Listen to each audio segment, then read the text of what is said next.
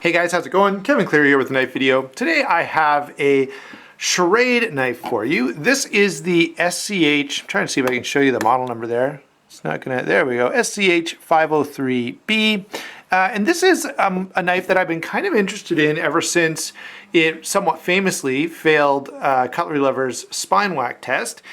Since that time, of course, Schrade, you probably are aware, they kind of redesigned the lock. And so anyway, I've been interested in this knife. I saw it there and I kind of like the design. I like the handle shape. I like the aluminum scales. It's a bit of a step up from what Schrade usually does. So I've been kind of interested. Anyway, the way I ended up getting this knife is it was on Amazon for a great price. And I was like, hey, that's awesome. So I quickly hit the buy it button and was actually going to make a deal alert video for you guys, and then within about 25 minutes the price changed. So before I could even get the video made and posted, the deal was gone. Anyway, so that's how I ended up with this knife, and I thought I'd go ahead and share it with you because it's actually not a bad knife from Schrade.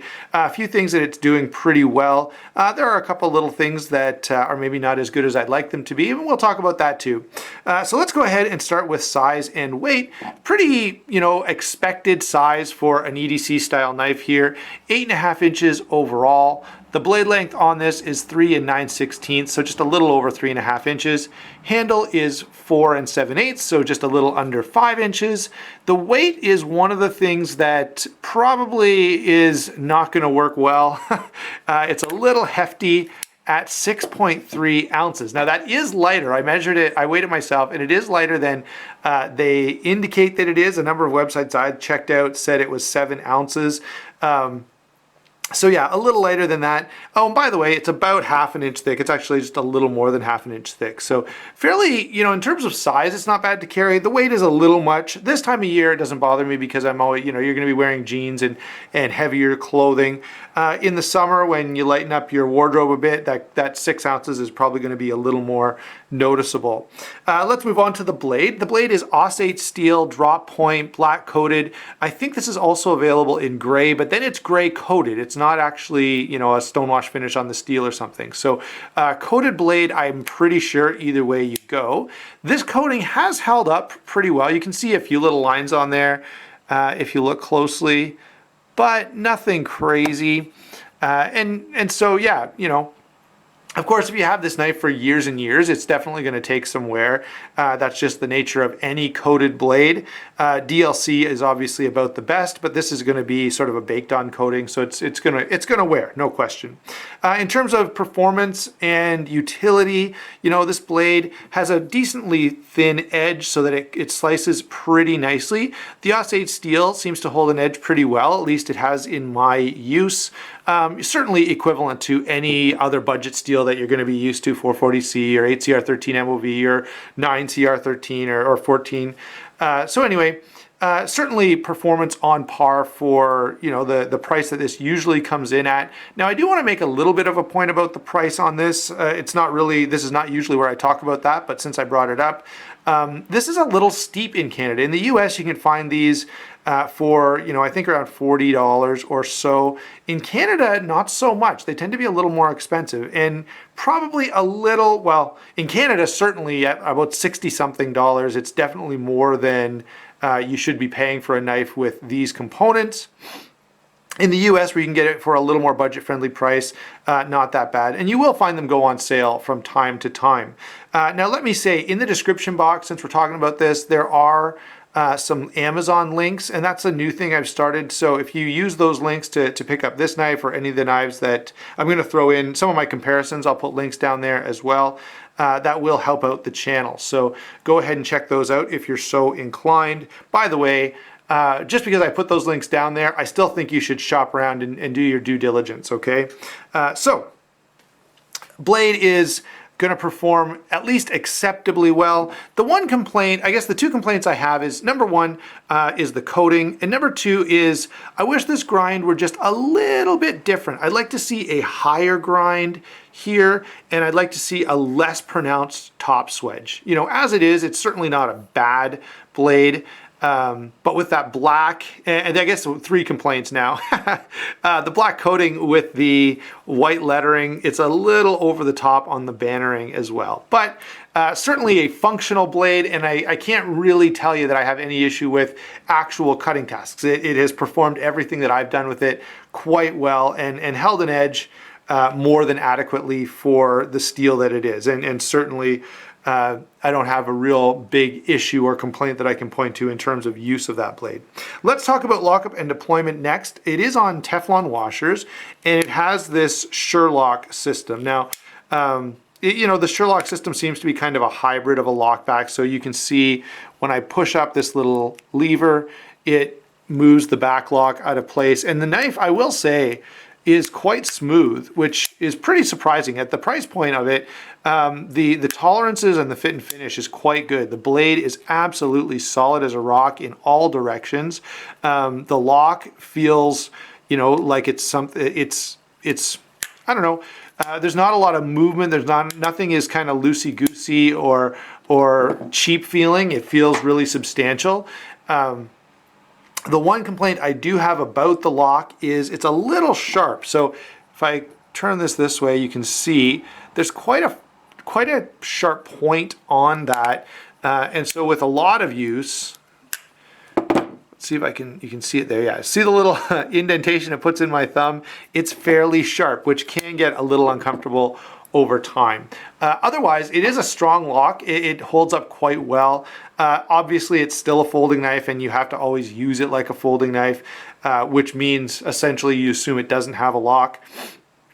But in terms of the actual performance, it's pretty smooth. One complaint I do have while we're talking about the lock is it's really difficult. Now on camera, I definitely won't be able to do it. So there's my best effort at kind of flicking this open on camera.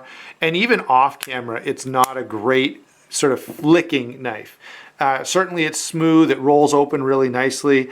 And with a little bit of wrist action, which I'm not really able to do well on camera, which is why I'm struggling here, you can get it to flick open quickly. But because of the way the geometry is, that's the relationship between the thumb stud here and the pivot, and because of the kind of detent, it's a stiff detent, but it's a long detent. Like the blade still hasn't released until about there. So it's not like the detent isn't like a ball detent that just lets go, which means you don't get a lot of, you don't get that snap behind the deployment. So that's lockup and deployment. Certainly totally functional for right-handers. Now, let me say this. This knife is not for lefties at all. There's obviously nothing on this side, and trying to work that lock with your left hand, you sort of have to bring your index finger around and try to actuate the lock. It's really, really awkward, and there's a good chance of cutting yourself. So not a good ambidextrous knife. This is a knife to avoid if you're a lefty for sure. Moving on. The handle is something that I do really, really like. The ergonomics are great. The rubber inserts are nice. Obviously, I can't tell you how they would hold up to 10 years of use. Although I will tell you, Schrade does have a pretty decent warranty. So if these did kind of wear out and start falling apart, I'm sure that they would take care of you along those lines. The construction, again, is pretty hefty. I would have preferred to see an aluminum handle and no liners. I mean, it's already metal. There are tons of knives that work really well that just have aluminum handles. So to me, it doesn't make a whole lot of sense to do aluminum scales and then stainless steel liners. And they could have really cut that weight down an awful lot by going with just aluminum. So that's my biggest complaint. In terms of the actual, how it feels in hand and how it feels in use, it's actually pretty good. The jimping on the back of the blade here does absolutely nothing. I guess not absolutely nothing. It does a little bit, but it's not great. Otherwise, the knife is very comfortable in hand. I have, moderately large hands and I have lots of real estate here. Doesn't really give you a good option to choke up, but that's fine. I suppose because of the fact that, it's the blade, the sharpening starts way out here, you could get a finger up here to choke up on it. I wouldn't be inclined to do that. It's not terribly comfortable. So ergonomics are certainly acceptable. The design on this is actually pretty compelling. I kind of like the look of it. The biggest complaint I have about the handle is just the way it's constructed, which certainly lends itself to a fairly high weight at 6.3 ounces. Otherwise, yeah, no big issue with the handle. Oh wait, one more thing. Let me show you this. I almost forgot, and it's kind of a weird feature on this. So check out how the pocket clip works. Deep carry clip does work nicely, goes in and out of pocket really well. But what they've done is they've got a little piece. Let's see if I can lift this up and show you. See how there's a piece of metal right here to kind of pinch your pants. It works fine, but I'm not sure how I feel about it, okay? Probably would have preferred that they'd done this the opposite way, you know, build a bend into this clip to provide a little pinching on the handle instead of having this weird protrusion coming out of the blade. I actually thought about taking it apart to show you that. As I say, in actual use, it's fine. It's just a little bit of a strange option, certainly not what I'm used to seeing. By the way, that pocket clip is single position, so again, this is not really a knife for lefties. Let's go ahead now and get to some comparisons. And by the way, guys, this is a tough thing, okay? Trying to build a knife that's going to compete in that sort of $35 to $45 price point is really hard because there are a ton of great knives. Let's start off with a couple of Schrades. Here is the full stainless steel handled sch503b. That stands for Tanto. This knife is even heavier, which is one of the reasons I brought it in. You guys know I've had all these knives for a while and I've used them for different videos, but Schrade is able to make a quality folder. There's no question. I have no issue with actually, using this knife and saying, hey, it's well built. It's just extremely heavy, too heavy for most people probably to want to carry. One more Schrade out of that lineup. Whoops, I dropped it. Sorry, guys. This is the SCH, which one is this? 307 Tanto. Again, fairly good quality, even heavier than this knife. Certainly functional. This knife has gotten me a good cut along a while back when I was kind of using that Tanto blade shape as a chisel. So there are a couple Schrades that you might find, and those tend to go on sale at some really good prices from time to time.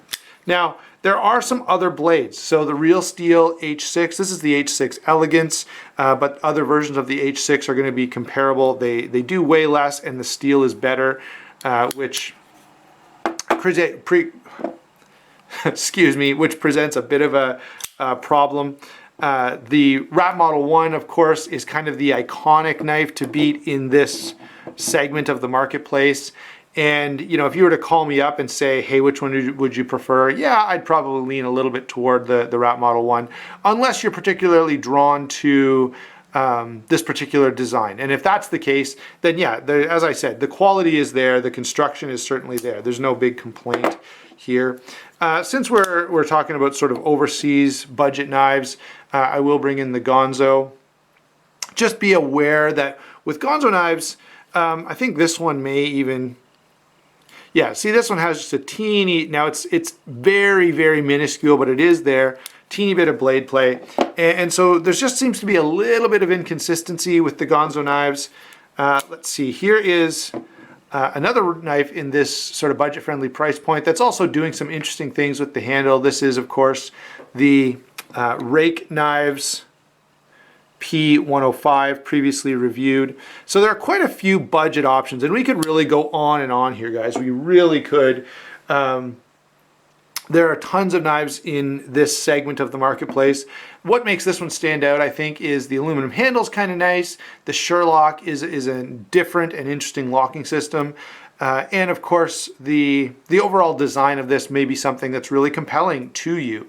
I gotta admit that Schrade is a company that I'm a little bit drawn to, just because when I was growing up, my dad was a big Schrade knives guy, and of course, that goes back to a time when Schrade was sort of an American cutlery company that made some really good stuff. Anyway, overall, This is definitely a functional knife. I can't take anything away from its performance, okay? It cuts well, it's comfortable in hand, it performs really admirably in every category, and as in terms of a budget-friendly knife, it is definitely good. It's everything that it needs to be. A couple little complaints, of course, the coating, the blade shape, I'm not absolutely in love with, but that's a very subjective thing. The Sherlock does work well, and it's kind of an interesting locking mechanism, which is one of the reasons I was interested in this. And it's very, very comfortable in hand, even though it's a little heavy. So yeah, if you're interested in this, do your due diligence, shop around, and make sure you get a good price. But yeah, this is not a knife that, there's nothing that stands out to me and that says, hey, don't buy this knife, there's some problem with it. I think everything is absolutely great with it, except in Canada the price is a little high and it's a little hefty. So there you go, guys. That's my overall take on the Schrade SCH30. Did I say the wrong thing? Oh, 503, yeah, instead of 305, 503. Let's get that right. Hope you enjoyed the video. Make sure you check the description box below for some links. I've recently started doing the Amazon, I can't remember what they call it, but it basically allows me to put Amazon links on my videos and to get a small kickback if you guys purchase from those links. So if you're watching this, I will try to put links to this knife as well as a few of the other knives I've shown you. And if you buy them through there, it does help out the channel a little bit. I'm gonna say this though, probably avoid this one right now on Amazon. The prices are not good, and just wait, they tend to fluctuate. So if you're really interested in this, just kind of keep an eye on it, add it to your wish list, and when it comes down in price, then go ahead and pull the trigger. Hope you enjoyed the video. We will talk to you soon.